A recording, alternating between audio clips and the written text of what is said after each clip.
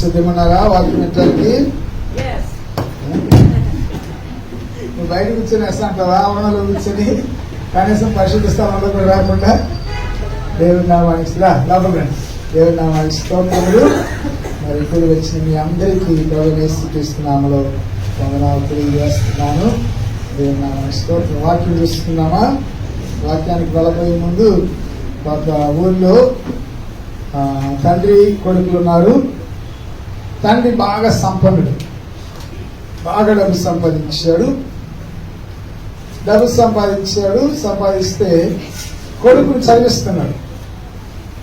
చదివిస్తుంటే కొడుకు తండ్రి దగ్గర డబ్బు బాగుంది, కానీ కొడుకు ఒక విధంగా చెప్పాలంటే మందబుద్ధుడు, పెద్ద చదువు వచ్చినాడు కాదు అంత. ఎందుకంటే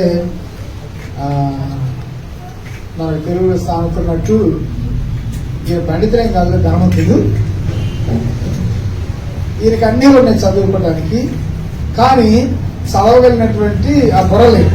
అయితే వాళ్ళ నాన్న ఒక మాట ఇచ్చాడు, వాగ్దానం అంటున్నాను కదా, ఒక మాట ఇచ్చాడు. ఏంటా మాట? చదువు అంతంత మాత్రం అని తెలుసు, యావరేజ్ స్టూడెంట్, సగటు స్టూడెంట్. ఈ రోజుల్లో ఫస్ట్ క్లాస్ వస్తే కూడా పెద్ద లెక్కేం కాదు. చెప్పాను కదా, మా రోజుల్లో ఫస్ట్ క్లాస్ వస్తే 60% వచ్చిందంటే ఊరంతా చాటేసేవాళ్ళు. మా అబ్బాయికి ఫస్ట్ క్లాస్ వచ్చిందో అయినా. ఈరోజు 60 కాదు 90% వచ్చినా కానీ కష్టమే ఉద్యోగం దొరకటం. సరే, ఎలాగో ఆయన సగటు విద్యార్థి అంటే 50% ఏమన్నా వస్తుంది మార్కులు. వాళ్ళ నాన్న మాట ఇచ్చాడంటే ఏమని తెలుసా? నీవు గనక 10th క్లాస్ పాస్ అయితే నీకు మంచి సైకిల్ కొనిస్తానని మాట ఇచ్చాడంట. ఇప్పట్లో అంటే బండ్లు కార్లు, అప్పట్లో సైకిలే కదా. అప్పట్లో సైకిలే ఎక్కువ. 10th క్లాస్ పాస్ అయితే సైకిల్ ఎక్కువ. సైకిల్ మంచి సైకిల్ కొనిస్తానని మాట ఇచ్చారంట. మాట ఇచ్చేలోపు పాపం ఎలాగలదు మొత్తానికి అంతంత మాత్రమే విద్యార్థి, పెద్ద షార్పింగ్ కాదు, ఇంటెలిజెంట్ కాదు. అయినా కానీ రాత్రి వాళ్ళు కష్టపడి చదివాడంట. చదివి మొత్తానికి ఫస్ట్ క్లాస్ 5 వచ్చాయి. నాన్న ఏం చెప్పాడు? చెప్పండి. నువ్వు ఫస్ట్ క్లాస్ వస్తే మంచి మార్కులు వస్తే నీకు మంచి సైకిల్ కొనిపెడతానని చెప్పాడంట. ఈయన దగ్గర వాళ్ళ కొడుకు కూడా నమ్మి కష్టపడేది, ఎందుకంటే డబ్బులకి కొద్దిలేదు కదా, డబ్బులు బాగున్నాయి కదా. మా నాన్న అవసరమైతే సైకిల్, మోటార్ సైకిల్ కొనిస్తాడని బాగా కష్టపడి చదివాడంట. అయితే రిజల్ట్ వచ్చింది. వచ్చినప్పుడే కొంటారు సైకిల్, కొంటారు కదా. రిజల్ట్ అట్లా వచ్చింది. వచ్చిన మరుసటి రోజే ఆయన వ్యాపారంలో ఒక పెద్ద లాస్ వచ్చి మొత్తం అంతా పోయిందంట. మొత్తం అంతా పోయినప్పుడు ఈ అబ్బాయికి ఆ లాస్ గురించి ఏం తెలుసు? కొడుకు తెలిసిన వాళ్ళు ఏంటి చెప్పండి? తండ్రి ఇచ్చిన మాట కదా, నాన్న నాకు మరి పాస్ అయితే మంచి మార్కులతో పాస్ అయితే నువ్వు మంచి సైకిల్ కొనిస్తాను కదా, ఇదిగో నేను పాస్ అయ్యాను, ఇదిగో మార్క్ లిస్ట్ కూడా వచ్చింది అంటే వాస్తవంగా తండ్రి నిజంగా ఆ లాస్ రాకపోతే, ఆ నష్టం రాకపోతే తండ్రి చాలా సంతోషించేవాడు, వెంటనే కొనిచ్చేవాడు. లాస్ వచ్చి సంతోషించలేకపోగా ఏం చేశాడంటే ఆ మాట కూడా నిలబెట్టుకోలేకపోయాడు. చూడండి, కొన్నిసార్లు మనం మాట ఇచ్చినప్పుడు మన మాట నెరవేర్చడం అనేది పరిస్థితుల మీద ఆధారపడుతుంది. మనకు అన్ని బాగుండొచ్చు వచ్చే టైంకి, కానీ మాట నెరవేర్చబోయేటువంటి సమయానికి మన పరిస్థితులు తారుమారైతే, మన పరిస్థితులు తలకిందులైతే మనం ఇచ్చిన మాట ఏమవుతుంది? కానీ దేవుని యొక్క వాక్యములో రండి, మత్తయి సువార్తకు రండి. మత్తయి సువార్త 1వ అధ్యాయము 23వ వచనము. అని ప్రభువు తన ప్రవక్త ద్వారా పలికిన మాట నెరవేరునట్లు ఇదంతయు జరిగిన వాక్యం సెలవిస్తుంది. మత్తయి సువార్త 1వ అధ్యాయము 23వ వచనము. ఇక్కడ మత్తయి మొట్టమొదటి సువార్త కదా, మనకి క్రొత్త నిబంధనలో మొట్టమొదటి పుస్తకం. అయితే మత్తయి ధనవంతుడు, ఈయనకి లేవి అనేటువంటి మరొక పేరు కూడా ఉంది. ధనవంతుడు, ఈయన ఉద్యోగస్తుడు, బాగా సంపాదించేటువంటి వాడు. అయితే యేసయ్య ఏం చేస్తాడంటే, యేసయ్య ఒకసారి ఇలానే ఆయన ఉద్యోగం చేస్తూ పన్నులు వసూలు చేసేటువంటి ఆఫీసులో ఆ సుంకపు మెట్టు దగ్గర కూర్చున్నప్పుడు యేసయ్య వాళ్ళు ఏమన్నా తెలుసా, నన్ను గమనించమని చెప్పగానే ఏం చేస్తాడు, తడవు చేయకుండా సందేహించకుండా ఏం చేస్తాడు తెలుసా, యేసయ్యని వెంబడించాడు. యేసయ్యని తన జీవితాంతం వెంబడించి, అమ్మ నీ దగ్గర పెట్టుకోండి, వెంబడించి నీ దగ్గర పెట్టుకోమ్మా, వెంబడించి ఏం చేశాడంటే ఆ తర్వాత ఈయనకి కలిగినటువంటి ఒక గొప్ప ఆధిక్యత ఏంటంటే యేసయ్య జీవితాన్ని గురించి, ఆయన పరిచయం గురించి ఒక పుస్తకము లేకపోతే ఒక స్వార్థ రాసేటువంటి అవకాశం కలిగింది. ఈ యొక్క స్వార్థలో మనం గమనించినట్లయితే ఇది యూదులకు రాశాడు. యూదులకు ఎందుకు రాశాడు? యూదులందరికీ ఒక నిరీక్షణ ఉంది, యూదులందరికీ కూడా ఒక ఎదురు చూపు ఉంది.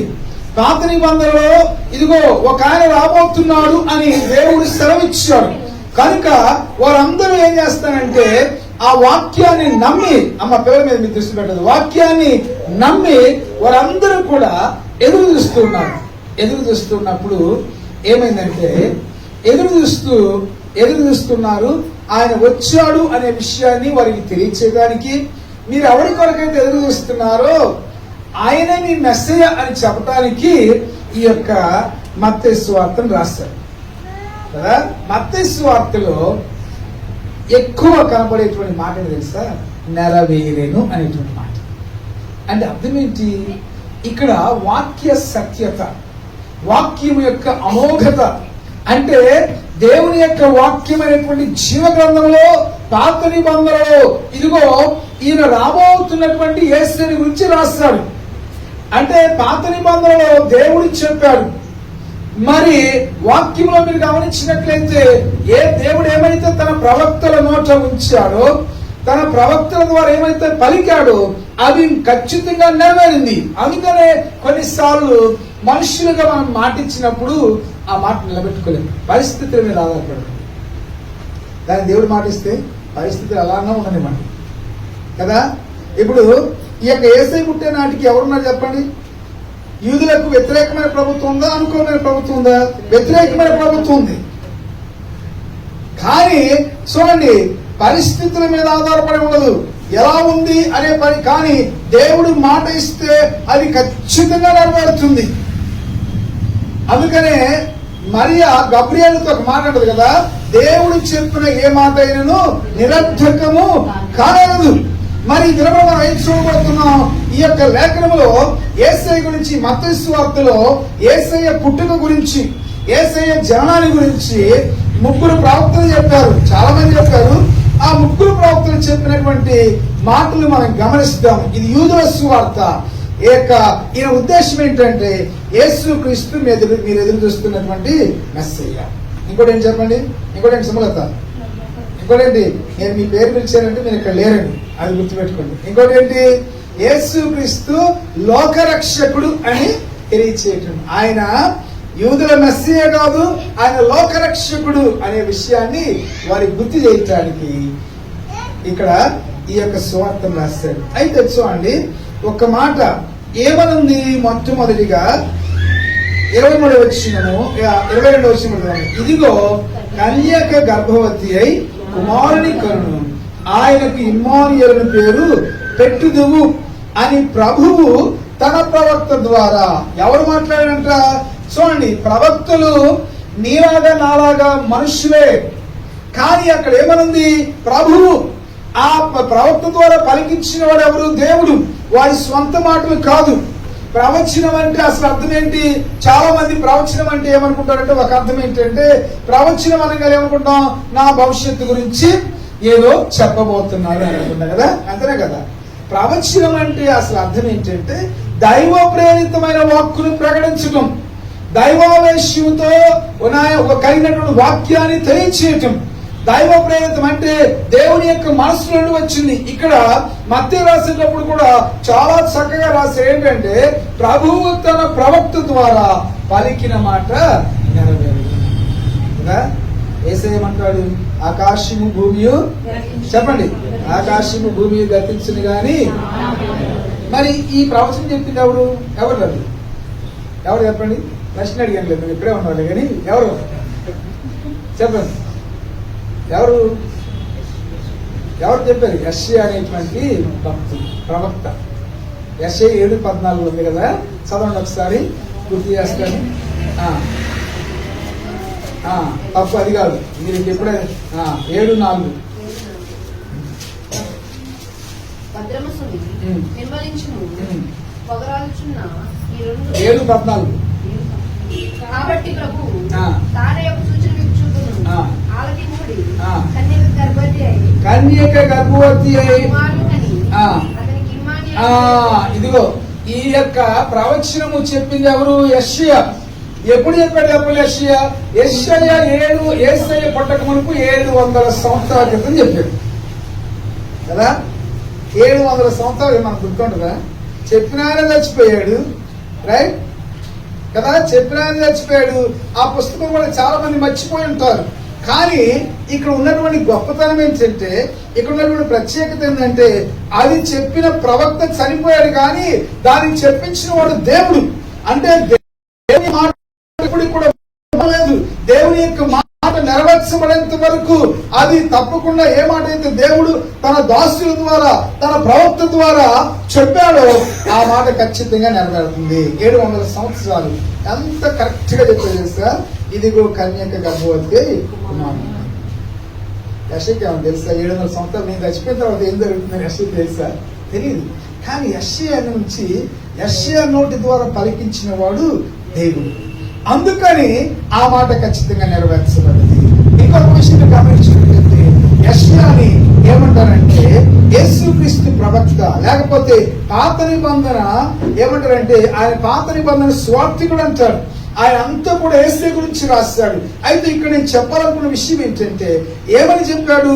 ఆయన చెప్పిన ప్రవచనంలో ఉన్న ఒకటేంటంటే, యేసయ్య జన్మ ఎలా ఉంటది?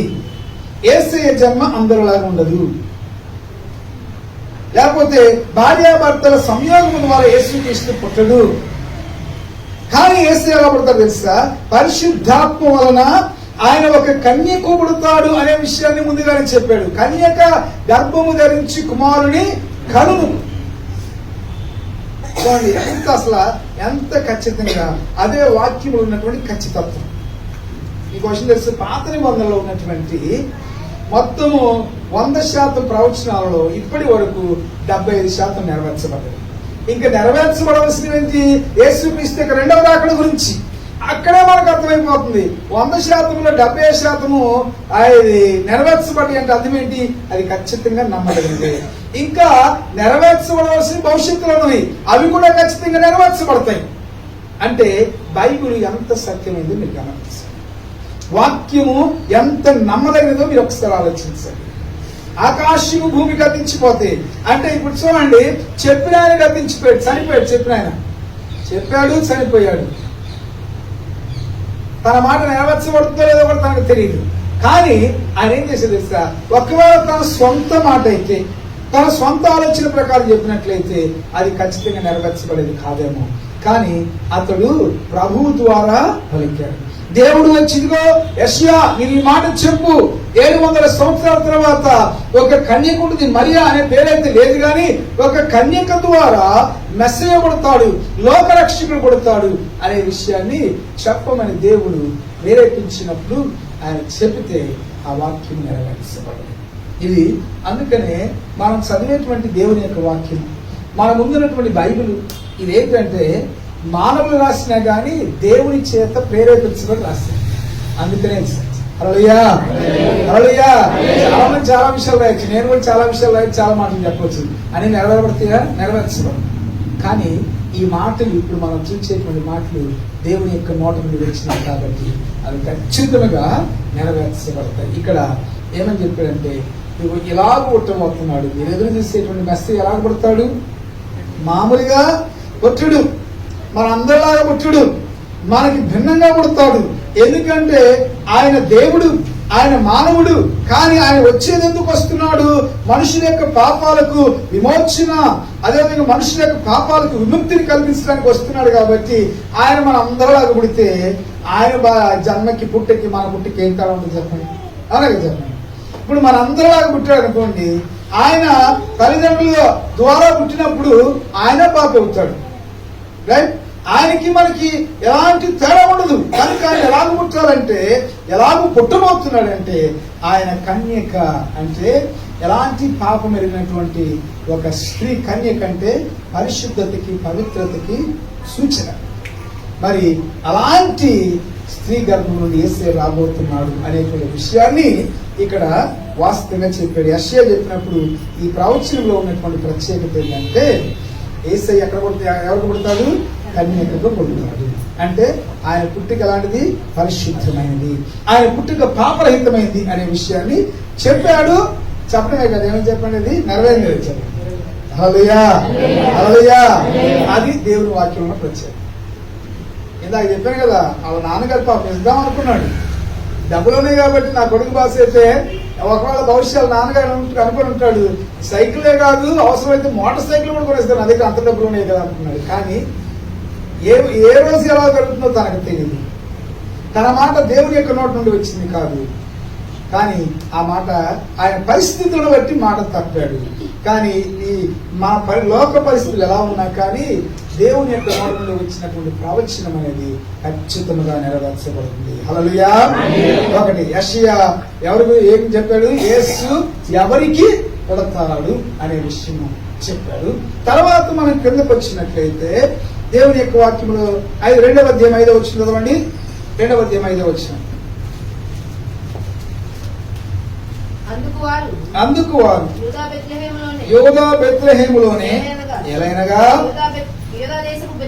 యూదా దేశపు బెత్లెహేమా, నీవు యూదా ప్రధానులు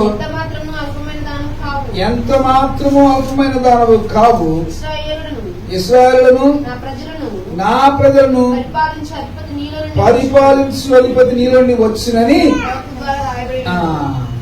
ఇక్కడ కూడా ఎవరి ద్వారా రాయబడింది? ఈ నెరవేర్పు కూడా చూడండి.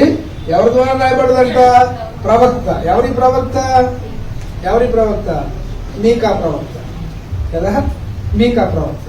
ఆయన యెషయా ప్రవక్త. ఈయన కూడా వీళ్ళిద్దరు సమకాలికులు, అంటే ఒకే కాలంలో ఉన్నటువంటి వారు. అయితే వీరిద్దరూ ప్రవచించారు. మరి ప్రవచనంలో తేడా ఏంటి? యెషయా యేసుక్రీస్తు ఎవరికి పుడతాడని ప్రవచించాడు, ఈయన మాత్రం యేసయ్య ఎక్కడ పుడతాడని ప్రవచించాడు కదా. యూదా బెత్లెహేమ. వాస్తవంగా చూడండి, అప్పటి వరకు యేసయ్య పుట్టేంత వరకు బెత్లెహేమ గురించి ఎవరికి తెలియదు. తెలుసా మీకు ఎవరికన్నా? తెలియదు. పాత నిబంధనలు మహా తెలిస్తే యూదులకు తెలిసాము అంతే.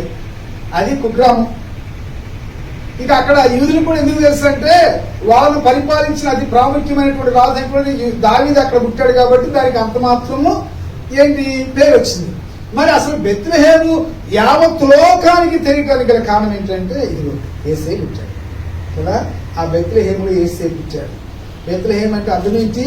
రొట్టెలు కదా, సమృద్ధి. ఊరి చిన్నదే కానీ ఆహారానికి మాత్రం కొడుకు లేని. ఒక్కసారి కరువు వచ్చిందంటే.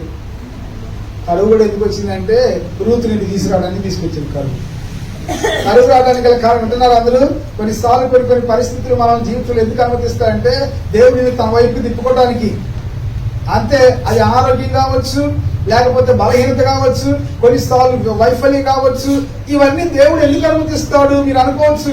దేవుడు ఎప్పుడు నాకు అన్ని ఆశీర్వాదాలు ఇవ్వాలి కదా, అంత ఆరోగ్యం ఇవ్వాలి కదా, ఎందుకు ఇలాంటివి దేవుడు నా జీవితం అనుమతిస్తున్నాడంటే, నిన్ను తన వైపు తిప్పుకోవటానికి. రైట్. కొన్ని పరిస్థితులు దేవుడు నీ జీవితంలో అనుమతిస్తాడు. అది నీ గుర్తెరిగినప్పుడే నువ్వు ఖచ్చితంగా దేవుని వెంబడించగలవు కదా, ఖచ్చితంగా దేవుని వెంబడించగలవు. మరి ఇక్కడ జాగ్రత్తగా గమనించినట్లయితే ఒక చిన్న గ్రామం. మరి వెళ్ళారు, కరువు వచ్చింది. కరువు అనేది ఉండదు, రొట్టెల ఇల్లు, సమృద్ధి కదా, అసలు కొద్దివే లేదు. కానీ ఎందుకు తెలుసా? యేసయ్య పుట్టడానికి ఈమె కావాలి. రూతు యేసుక్రీస్తు యొక్క వంశావళిలోకి రావాలి. ఈమె మోయాబీయురాలు, రైట్. ఈమె యూదురాలు కాదు. కానీ యేసయ్య అని తెలుసు, దేవుడు ఏంటి తెలుసా? ఇదిగో యూదురాలు కాని స్త్రీని కూడా తీసుకొచ్చి ఇరికించాలి. మనం ఏమనుకుంటాం తెలుసా? ఇప్పుడు వాళ్ళు ఏమనుకుంటారంటే యూదులు, ఇదిగో యేసయ్య వచ్చి యూది దావీదు పుట్టినటువంటి వంశావళిలో అసలు అన్యులు ఉండకూడదు, అంటరాని వారు ఉండకూడదు, అస్పృశ్యులు ఉండకూడదు అని వాళ్ళు అనుకుంటున్నారు. కానీ దేవుని ఆలోచన వేరు, నీ ఆలోచన వేరు, దేవుని ఆలోచన వేరు. ఈమె వాస్తవంగా ఈమెంటి అంటరానిదే, బహిష్కృతురాలు. మోయాబు అంటే అర్థం ఏంటంటే తండ్రి వలన కలిగింది అని అర్థం, అపవిత్రత. మరి అలాంటి వాడిని చేసి రావటం ఏంటి? ఆ యొక్క సంతానం నుంచి దేవునికి ఏదైనా సాధ్యము. ఎవరిని కూడా దేవుడు విడిచిపెట్టేవాడు కాదు. దేవుడు ఏమని చెప్పాడంటే 10 తరముల వరకు మోయాబీయులు ఇది యూదులతో కలవడానికి వీలేదని చెప్పాడు. అయితే ఇక్కడ విశేషం ఏంటంటే ఈమె 11వ తరానికి చెందింది. దేవుడు ఏమంటాడు? 10 తరాల వరకు రావద్దని చెప్పాడు, కానీ తర్వాత రావచ్చు అని చెప్పాడు. అందుకనే రూత్ 11వ తరంలో ఉంది. ఆమె చక్కగా వచ్చి ఏం చేసింది సార్? యేసై వంశావళిలోకి చేరింది.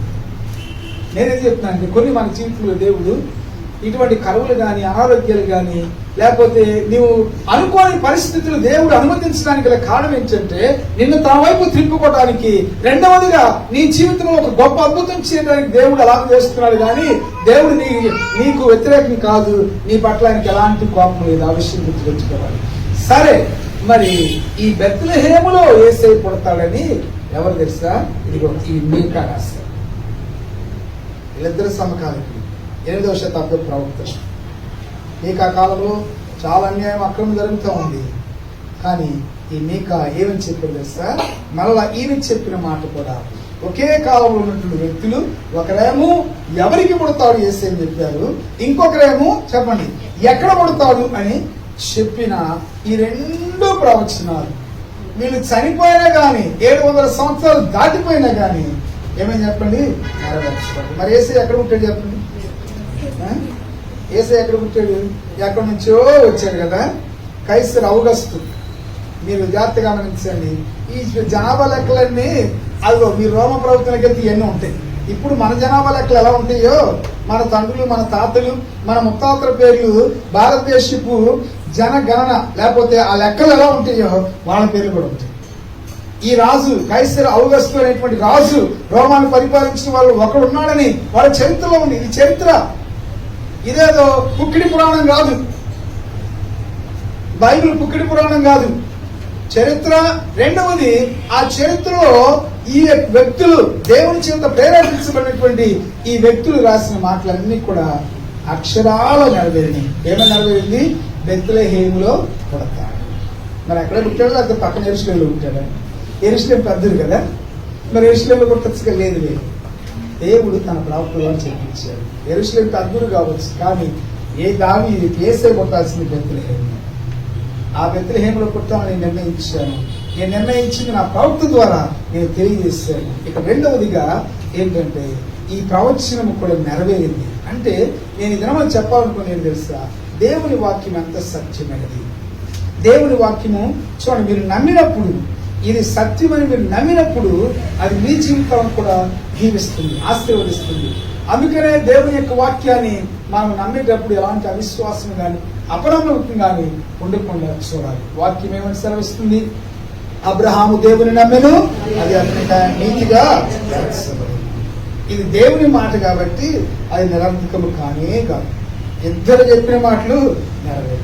ఇద్దరు ప్రవక్తలు ఒకే కాలంలో ఉన్న వాళ్ళు చెప్పిన మాటలు నెరవేర్చబడి తర్వాత మళ్ళా రండి మత్తయి సువార్తకు. అదే మత్తయి సువార్తకు వచ్చినట్లయితే మత్తయి సువార్త 2వ అధ్యాయం 17వ వచనం. అందువలన మహారోదన ధ్వని కలిగింది.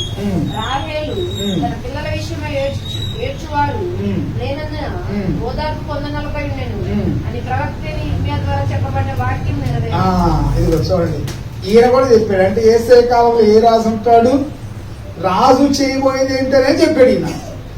మరి యేసయ్యకి మోషేకి ఏమని చెప్పండి? పోలిక ఉంది కదా. ఏం పోలిక చెప్పండి? యేసయ్య పుట్టినప్పుడు, మోషే పుట్టినప్పుడు 2 సంవత్సరాల లోపలని చంపేస్తారు. ఇక్కడ యేసయ్య పుట్టినప్పుడు కూడా అక్కడేమో ఫరో, ఇక్కడేమో హీరో కదా. ఇది ముందుగానే చెప్పాడు. ఇర్మియా అంటే వీళ్ళిద్దరు తర్వాత వచ్చిన ప్రవక్త. యెషయా తర్వాత వచ్చిన ప్రవక్త ఇర్మియా. ఓకే, ఇర్మియా యెహోవా దేవుని ప్రవక్త. మరి ఆయన కూడా అంటే యేసయ్య పుట్టుక వలన చాలా మందికి కొంతమందికి నష్టం జరుగుతుంది. ఎందుకు? కొంతమంది ఉంటారు, కొంతమంది రాజులు ఏంటి తెలుసా, హేరోదు ఏమనుకున్నాడు, అసలు నేను రాజునైతే ఇంకా యూదులకు రాజా? వాళ్ళు వచ్చి నాన్నలో చేయమని చెప్పండి, యూదులకు రాజుగా పుట్టినవాడు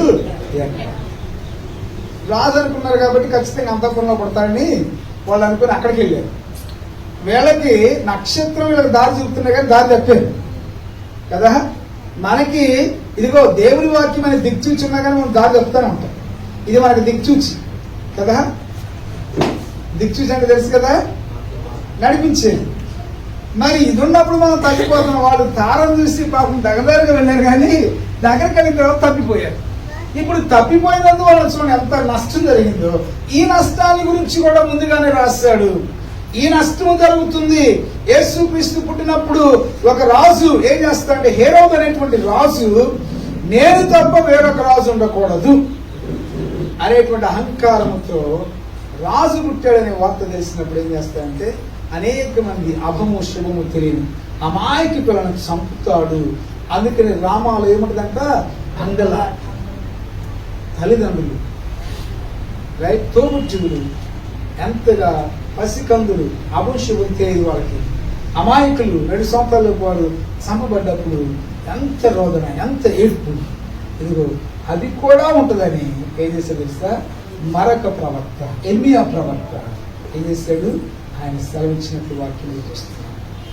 నిజంగా పిల్లరా చూడండి, అంటే ఈ మాటలు ఎందుకు చెప్తున్నానంటే, యేసుక్రీస్తు పుట్టాడు, ఆయన పరిచయం చేశాడు, చనిపోయాడు, తిరిగి లేచి మళ్ళా మనకు రాబోతున్నాడు.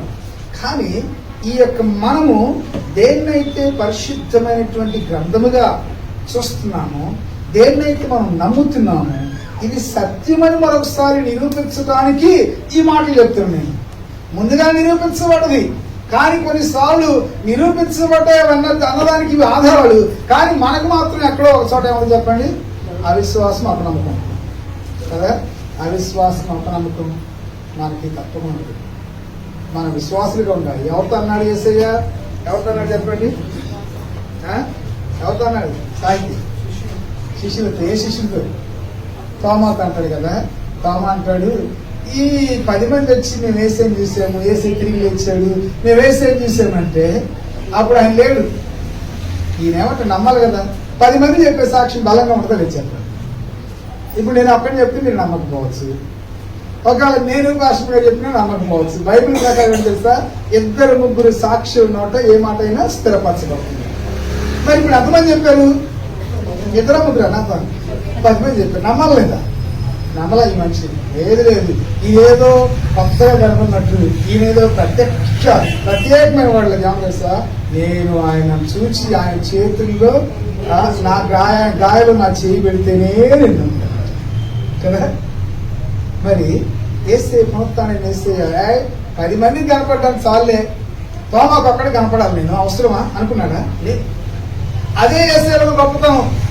నీవు అక్కడ ఉన్నా కానీ నీ కొరకైనా వస్తాడు. మరి సమరయ పట్టణంలో ఒకే ఒక స్త్రీ ఉన్నది. ఆ ఒక్క స్త్రీ కోసం వెళ్ళాలా? ఎందుకు? తెలుసు ఆ ఒక్క స్త్రీ రక్షించబడితే ఎంత విలువైందో తెలుసు కాబట్టి ఆ ఒక్క స్త్రీ కోసం వెళ్ళాడు. మళ్ళీ ఈ కోసం మళ్ళీ ప్రత్యేకంగా కనపడాల్సి వచ్చింది తోమా కోసం. అప్పుడు అంటాడు యేసయ్య, తోమా చూసి అంటాడు, నా దేవా నా ప్రభు అంటే, తోమా అవిశ్వాసివి కాక విశ్వాసివై కదా. అప్పుడు వాడికి అవిశ్వాసిగా ఉన్నాడు. మళ్ళీ శిష్యుడిన అపోస్తులుడు మన భారతదేశానికి వచ్చాడు. అందుకనే మనకు కూడా అవిశ్వాసం వచ్చింది. ఆయన అవిశ్వాసం మనకు కూడా వచ్చినట్టు. రైట్, అవిశ్వాసివి కాక.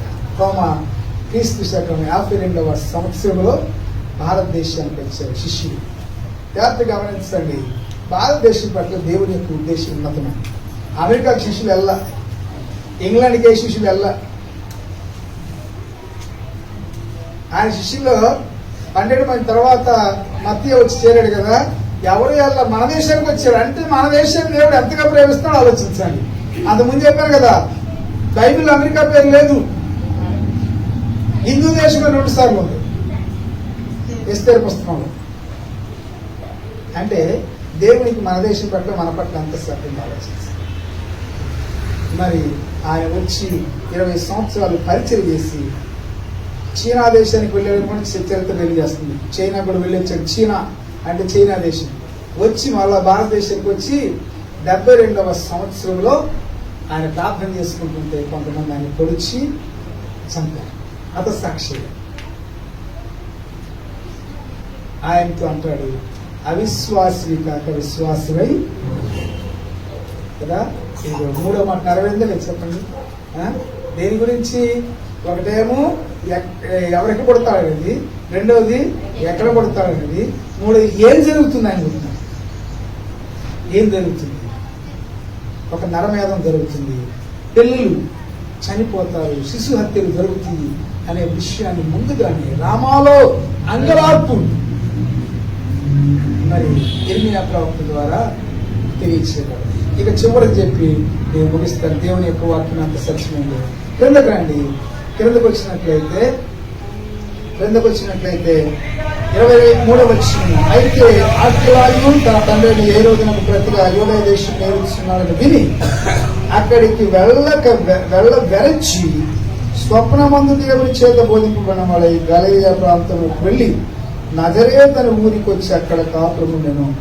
ఆయన నజరేయుడని అనబడిన ప్రవక్తలు చెప్పిన మాట నెరవేరినట్లు ఇలాగూ. ముందు ప్రవక్తలు ఏమని ప్రవచించాడు? యేసయ్య నజరేయుడు అని ప్రవచించాడు కదా. మనం పాడబడతాం కదా, నజరేయుడు అని ఆ యేసయ్య. ప్రవక్తలు ఏమని చెప్పారు? నజరేయుడు అని చెప్పారు. మామూలుగా ఈ నరమేధం జరుగుతున్నప్పుడు, చిన్నపిల్లలు చనిపోయేటప్పుడు ఏమైంది? ఈ యొక్క యేసయ్య తన తల్లిదండ్రులతో పాటు ఐగుప్తుకు వెళ్ళాడు. మళ్ళా తిరిగి వచ్చేటప్పుడు యూదయ, ఈ యొక్క బెత్లెహేమ్ అనేది యూదయ ప్రాంతంలో ఉంది. 2 ప్రాంతాలు మనకి ఆంధ్ర తెలంగాణ లాగా అక్కడ యూదయ గలిలయ ప్రాంతాలు ఉంటాయి. ఈ యొక్క యూదయ ప్రాంతం ఏమంటే ఈ యొక్క ప్రాంతంలో ఈ యొక్క యెరూషలేము పట్టణం ఇదంతా ఉంది. ఇది దక్షిణాన ఉంటుంది. మరి గలిలయ ఇప్పుడు ఏమైంది? ప్రవచనం నెరవేర్చబడాలి కాబట్టి ఆయన అక్కడికి వెళ్లకుండా ఎక్కడికి వెళ్ళాడు? నజరేతు అనేటువంటి ఊరికి వెళ్ళి అక్కడ తిరిగాడు. ఇక్కడ ఏమని సెలవిస్తుంది చెప్పండి? ఆ నజరేయుడు ప్రవక్తలు చెప్పిన మాట నెరవేరినట్లు ఇలా జరిగింది. వాళ్ళు అంటారు, ఒక ఆయన అంటాడు, నేను ముగిస్తున్నా, ఏమంటాడు? నతనీయేలు కదా, నాతాను కాదు నతనీయేలు. నతనీయేలు యేసు దగ్గరికి వస్తే, యేసు దగ్గరికి వచ్చి ఒక ఆయన తీసుకెళ్తాడు, పరిచయం చేస్తాడు. ఇవరా ఒక ఆయన చూపెడతారా అంటే, నజరేతు వాడిని చూపెడతారా అంటే, నతనీయేలు అంటే నజరేతు నుంచి మంచిది ఏమైనా వస్తుందా? ఎందుకు? ఆ నజరేతు కొంచెం చెడుకి పెట్టింది పేరు. మరి యేసయ్య ఆ నజరేతులో పెరగాలి. నజరేతు అంటే ప్రత్యేకించబడిన వాడు, నాజీరు చేయబడిన వాడు, దేవుని పని కొరకు, దేవుని యొక్క ఆ పరిచయ కొరకు ప్రత్యేకించబడ్డవాడు. చూడండి, ఇదేమన్నా నలుగురు ప్రవక్తలు చెప్పిన మాటలు మనం విన్నాం కదా. నలుగురు చెప్పినవి యేసు క్రీస్తు పూర్వం, బీసీ అంటాం కదా, రైట్? ఇప్పుడు ఏం చేశారంటే బీసీ అని కూడా తీసేస్తున్నాం మనం. బీసీ అంటే బిఫోర్ క్రైస్ట్ అని, ఇప్పుడు బీసీఈ అని పెట్టారు. ఏంటి తెలుసా? బిఫోర్ కామన్ ఎరా అని. ఎందుకంటే ఈ మనుషులందరికీ యేసు క్రీస్తు దేవుడని ఎక్కడ గుర్తిస్తారని తత్పత్తి అన్ని తీసుకొచ్చి పుట్టిస్తున్నాడు. బీసీ బిఫోర్ కామన్ ఎరా అని పెట్టారు. నువ్వు ఏం చెప్పినా కానీ మొన్నటి వరకు ఇది లోకమంతా అంగీకరించిన బిఫోర్ క్రైస్ట్, ఆఫ్టర్ అన్నా డొమిని అంటే అర్థం ఏంటి చెప్పండి? In the year of the lord, ప్రభువు పుట్టిన సంవత్సరంలో, ఏడి అంటే. మరి అది అంగీకరించారు. ఇప్పుడు 4వదిగా యేసు క్రీస్తు నజరేతు వలన పట్టడానికి ఆయన ఐగుప్తుడు తిరిగి వచ్చిన తర్వాత యెరూషలేము లేక ఇది బెత్లెహేముకు వెళ్ళకుండా ఎక్కడికి వెళ్ళాడు? నజరేతు. అందుకనే వాక్తులు ముందుగానే చెప్పాడు, ఆయన నజరేతు వాళ్ళని పిలువబడతాడు. మరి కనుక దేవుని బిడ్డ జాగ్రత్తగా గమనించండి, ఈ వాక్యం సత్యమే. నువ్వు నమ్మినా నమ్మకపోయినా, రైట్? మనం నమ్మాలి ఖచ్చితంగా కదా. మరి నువ్వు తోమాలాగా ఉంటే నేనేం చేయలేము, ఏసై ఏం చేయలేము. తోమాలాగా ఉన్నావు అనుకోండి మీరు, నేను ఏసై ఏం చేయలేండి అని ఏం చేయలేము. సరే, ఆయన అంటే చూసిన తర్వాత ఇప్పుడు కూడా మనం ఇప్పుడు ఇవన్నీ నేను ఆధారంతో చూపించానుగా కదా, ఆధారంతో చూపించాము.